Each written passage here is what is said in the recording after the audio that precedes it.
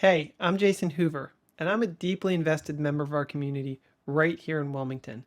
I grew up here and call it my home. I've seen the area change enormously. I've seen developments go up. I've seen old 1700s schoolhouses torn down. I've seen Happy Harry's consumed by Walgreens. I've seen AstraZeneca come up and then get torn down. Lots of old farmhouses and woods disappear. And I say this only because it's so easy to lose perspective. This area has changed so much, even since I was little, that it's easy to forget what it all started as.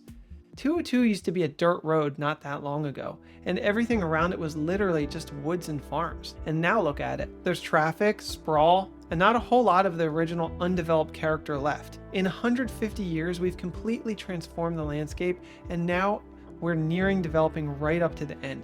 It's not hard to see if you play it out another 50 years, there may be nothing left to develop. We have a small remaining sliver of undeveloped land, and we're now faced with what to do with it. These natural spaces that show the character of the land give us a sense of place.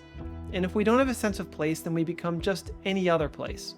And if we're just like any other place, then why should anyone stay here over somewhere else? A better tax rate? We can do better than that. My campaign focuses on 3 themes: preserving open spaces, encouraging smart growth, and promoting policies that foster public safety without weakening vulnerable communities. We want a strategy that sets us up for success not just this decade, but also 100 years from now. To have a robust economy, we need to have diversity at every level. Our economy benefits from a diversity of business sizes, and by encouraging entrepreneurs so that working class families can start businesses and provide the kind of life they want for their families. A diversity of ages provides stability. Newcastle County's population is aging. We need to start using innovative ways to attract and keep young people who will want to start families here. A diversity of people and cultures creates a rich and meaningful community that's worth being part of. All of this together creates a strong economy by creating a place people want to live. I think that we're capable enough to follow the examples of other flourishing communities around the country that have created prosperous places to live, that care about their unique characteristics and integrate them into their identity.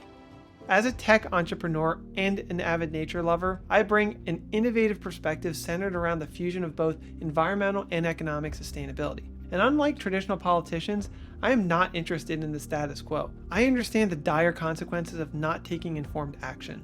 Many places that have failed to embrace their sense of place have suffered economically. My campaign is built around bringing this awareness of what our future will and could look like into public consciousness. That's why we need forward-thinking policies that integrate the need to develop and the need for our open spaces. Notice I didn't say or, the need to develop and the need for open spaces. When we do this, we assure our community remains a place where people will actually want to live long into the future. As you probably already know, developers rule the county politics. And there's a lot of bending over backwards to make developers happy. But here's the thing, developers aren't bad.